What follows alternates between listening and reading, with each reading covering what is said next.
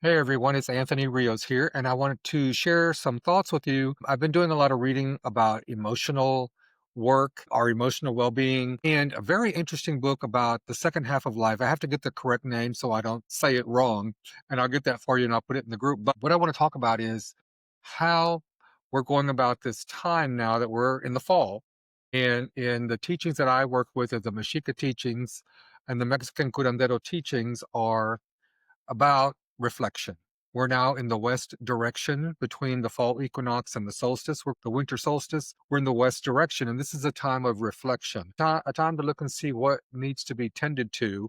What do we need to do to take care of ourselves better, whether it's physical, emotional, mental, or spiritual? And as I mentioned in an earlier video, I'm focused for me on physical well being, which informs my spiritual well being and which informs how I interact and engage with the community, with my family, with friends, with the gay community, with the queer community, and with the society around me, right? So all that is to say is how I go about taking care of myself is going to really allow me to continue on a path of spiritual expansion, expansion of self as I move forward in this journey. So I'm offering this to you as something to think about as you reflect on where you're at now at this time of your life. So a couple of things here I want to talk about is that we're looking at embracing sacred elderhood and what that means for you, right? There's not a definition or a guidebook for sacred elderhood. We're creating this as we move along.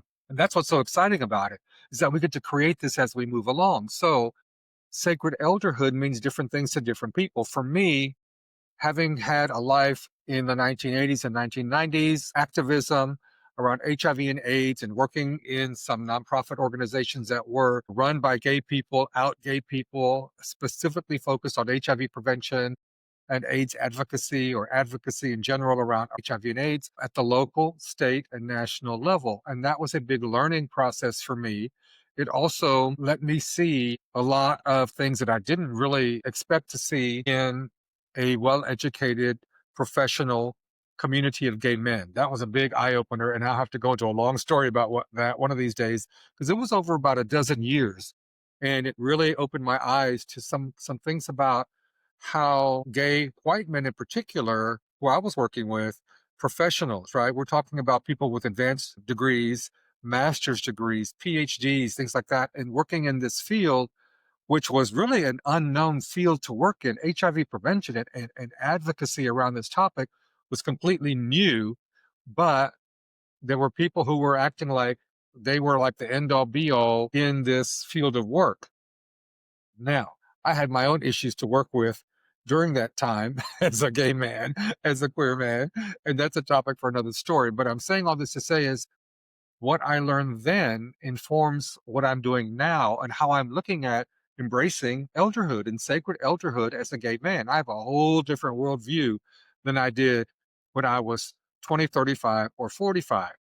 And that worldview now is grounded in a deep sense of spiritual awakening, which took place, spiritual growth, which took place and continues to take place, and a sense of self that I didn't have 30 years ago. And a sense of self, and I don't say I have it now, but it's a sense of self-awareness that is so different from what it was 30 years ago. And a sense of self that gives me great joy. And really, I have to say, pride in myself. Yes, I'm humble about it, but I'm also proud of myself for having taken that, walked across that bridge. I walked across that bridge into a new world, into a new life, and I had to leave a lot of things behind. And a lot of those things were damaging, mainly drugs and alcohol. So I had to leave a lot of that behind. And I did it easily. Now, for me, it was easy. I just stopped cold turkey. That was easy. So it's not easy for a lot of other people. I know that because I've talked to many of you. I know many of you, and that was not an easy choice. Some of you had to hit rock bottom before you turned over a new leaf. So that's life. We all have our different path to follow. So part of what I want to say, and I've got these notes here so I don't forget what I want to say, is that so here we are at this point to embrace sacred elderhood. And embracing sacred elderhood means different things to different people. One of the things to look at as we reflect now in this time of the fall and what in the West direction and the teachings that I work with and that I teach people, we're in the direction of the West, and the energy of the West is an energy to reflect and to slow down a little bit and reflect on what's needed for you at this time. And just focus on personal stuff right now. You don't have to focus on the bigger picture because some of you, that's not you. You don't want to focus on the bigger picture. Maybe that's never been you, but it may be down the road. And you may have this awareness like, oh, I want to do something else now. And you'll take a turn and go down that road. So I want to have you think about this. How can you break barriers that are in your way right now? So first think about that and reflect on that. What barriers are in my way right now that are in my way as I step into sacred elderhood? What are the barriers that are blocking me, that are slowing me down, that are causing me hesitation, right? And trepidation before I move forward into this path that obviously is calling you, or you wouldn't be listening to me, right? Or in the group. So something is calling you into sacred elderhood. Something is calling you into a new awareness of a spiritual being that's there inside of you that's ready to grow. Something is calling your sacred self to come home and to grow. So I want you to just reflect on that. What are the barriers that are there for you right now? And how can you go about breaking those barriers? I've got to turn my phone off. I forgot because I'm waiting on a delivery. I'm going to make sure the phone didn't go off. So, what are you going to do to break free from these imposed identities that you have that are in your way of moving forward into sacred elderhood? And what I mean by that, by imposed identities, is for me, I look at it this way: I have imposed identities. I'm a 64-year-old man.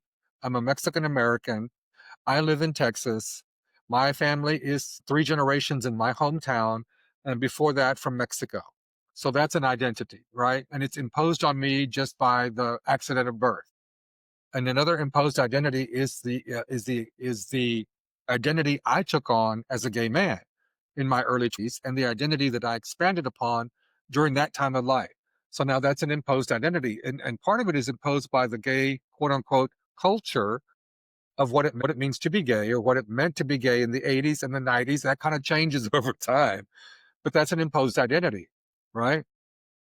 My imposed identity as a member of my community here where I live and the civic engagement that I do, right? I'm on a city commission, right? As a volunteer, I'm on a city commission as an openly gay man. So these are all their impositions about that you can either accept or reject. But if you accept them, it doesn't make life easier. But if you accept them, it gives you an easier place to stand and say, this is who I am. And from saying this is who I am, you have something to work from, right?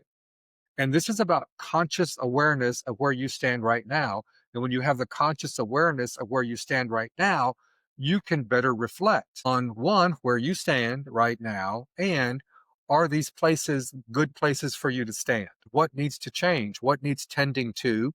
Where do you need to weed out something? What needs to be removed completely? Right? Those kinds of things. What are the barriers there? Because now I'm saying, okay, I'm ready to embrace sacred elderhood. What are the barriers? Well, some of the barriers are some of my civic engagement. Some of that's not going to work for me, and I'm gonna follow through on my commitment that I made. But when that commitment is done, I most likely won't renew that piece. Right? It's like, okay, I did that, I tried it, and it's not part of my bigger picture. Right? So that's being honest with myself. So what you need to do is be honest with yourself. Look at what are the barriers, what are the hesitations, what are the doubts you have about moving into sacred elderhood, and what can you do to break those barriers down. And you don't have to do it alone. This is what I always want to remind people: you don't have to do it alone.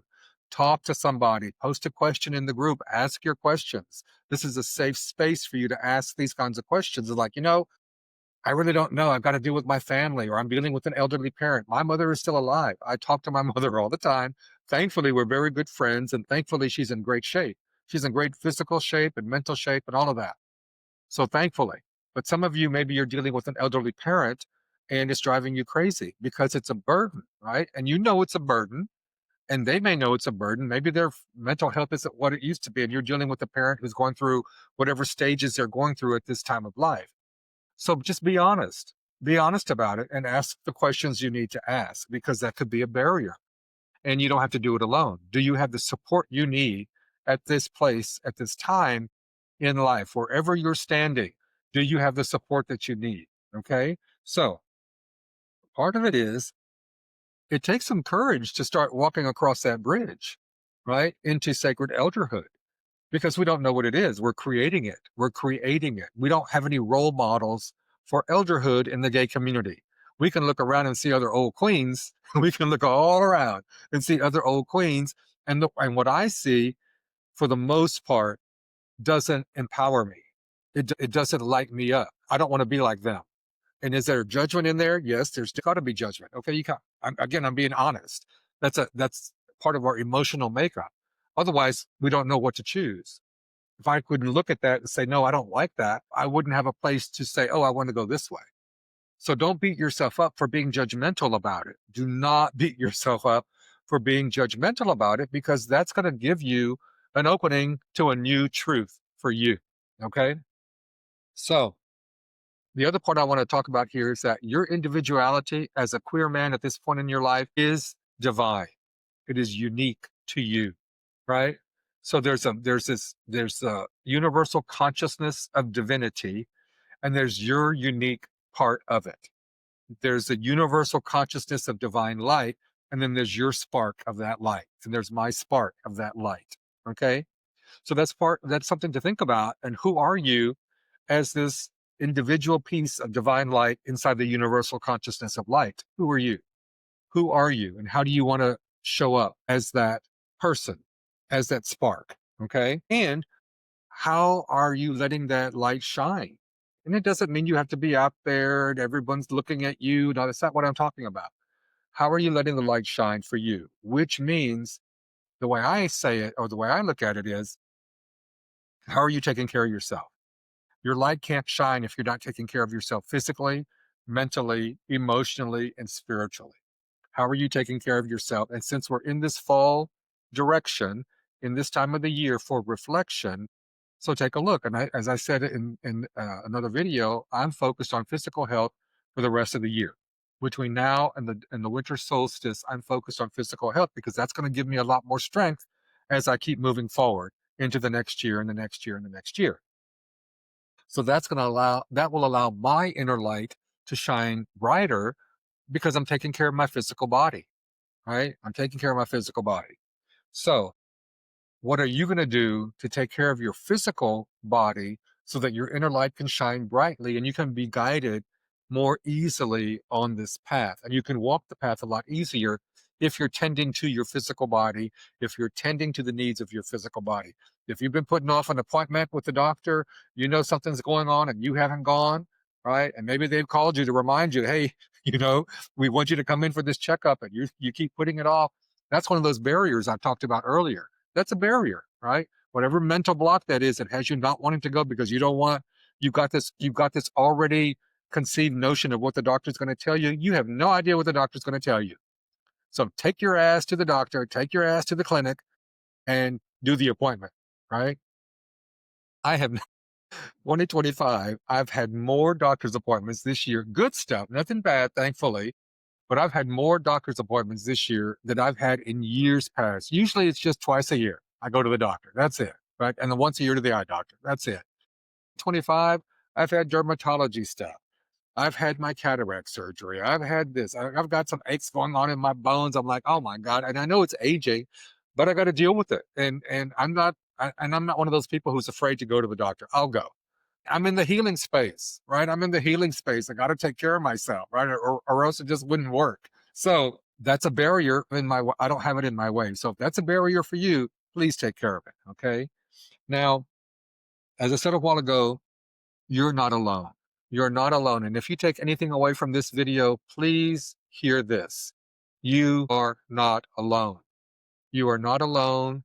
You're a divine, unique spiritual being, and you have support. You have support. You have companionship. You have others who love you. You have others who want to assist you. All you have to do is ask. Now, you may not get the kind of support that you think you need. It may be something completely different, but you won't know until you ask. And you won't know until you cross that barrier and remove that barrier of, I can do this alone. That is a barrier. And I'm guilty of that. I had that for many, many years, right? But now I love the fact that my partner will support me unconditionally. And I didn't know that was something I needed until he and I got together. And I was like, wow, I really like this. I really like being supported like this unconditionally. Right. And it's something that everyone doesn't get to experience. And we found each other later in life, but I didn't know how much I needed that. So if it's something that you want to understand and take away, you are not alone. You are not alone. Please heed that and take it to heart. Okay. So this time in the fall is a great time. As I said, we're going to reflect, tend to what needs to be tended to, clear away some of the underbrush, right? Because we're going to go into a time of renewal after the solstice in December. But in the meantime, let's look and see what debris needs to be cleared away. We've got to get rid of the old leaves. We're going to keep raking it out, get rid of the old stuff so that we can make way for a new beginning. So that's what this time is really all about. Tending to what needs to be tended to, taking care of yourself, finding out what support you need, finding out what barriers you need to deal with, what blocks you need to deal with on your path to sacred elderhood. Because the bridge is right in front of us, and we're going to get on that bridge and walk across that bridge together. So now, how are you going to take that first step or that second step and then the third step on your way? So, all of this, as I say to all of my students, self love. Self love is the foundation to all of this. If you are not practicing any kind of self love for yourself, start that. Start that immediately. Tend to that. Tend to that. Simple affirmations. I love myself and I am worthy. I love myself and I am worthy. I am a divine being of light. I am a divine being of light. If that's too hokey or woo woo for you, you can simply say, I am good. I am okay. I like myself. If you can't say I love myself, can you start with I like myself? I like myself just the way I am. I like myself just the way I am. And then move into I love myself just the way I am. You can say it very simply. Just figure out the words that work for you. And if you're still kind of uncomfortable with that, just sit quietly, 5 or 10 minutes. Sit quietly. Turn off the phone, turn off the television, turn off the music. Just sit quietly, take a few breaths.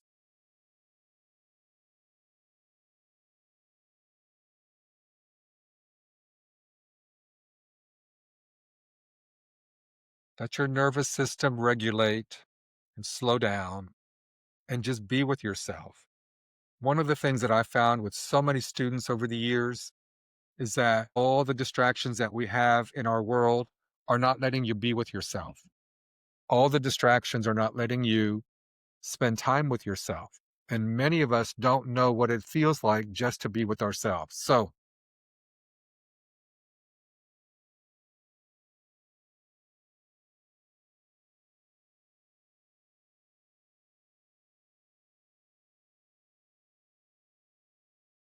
after the third or fourth breath, you will feel your body calming down and your nervous system will begin to self regulate. And you can just then breathe naturally. But you'll feel a marked change in your body. Your shoulders will not tense up, they'll just relax. Your whole body will relax. Your belly, if you have tightness in your belly, will just relax. Let gravity hold you right where you are, wherever you're seated, right? And take a few minutes just to be with yourself. If that's your first step to self love, practicing self love for yourself, then do that. Just sit quietly, right? Now, for some of you, this will bring up emotions, and that's good. That's okay. There's not a right or a wrong. For some of you, that will bring up emotions, and that may be a barrier for you of holding on to emotions, trying to keep that wall up so that your emotions don't show, right? But our emotions are part of our humanity, and you want to let that humanity express itself. And sometimes I get very emotional when I'm thinking about workshops that I want to do, right? Or how I want to talk about a particular topic. And these ideas come to me when I'm driving or I'm on the treadmill and things like that. And I had to catch myself because I get emotional. I'm like, oh my God, if I start crying here on the treadmill because this beautiful, beautiful thought or imagery is in my head about what I want to share with people or share with you about our journey to elderhood and sacred elderhood and divine being, you just got to let it out. Just got to let it out. So some of you will experience emotions when you sit with yourself, and especially if you don't do it on a regular basis, and it'll happen. And I just invite you to let it happen and let yourself feel what that's like, because that's a self-love practice. Letting yourself feel yourself, letting yourself feel what you feel like when your nervous system calms down and regulates itself. And you can just be with yourself with the sacred breath, right? So try that. All of that was to say, if you're not practicing self love, I invite you to practice self love, starting with some simple affirmations or some simple breathing methods or techniques that'll help you along the way. Okay, so I'm going to leave that there.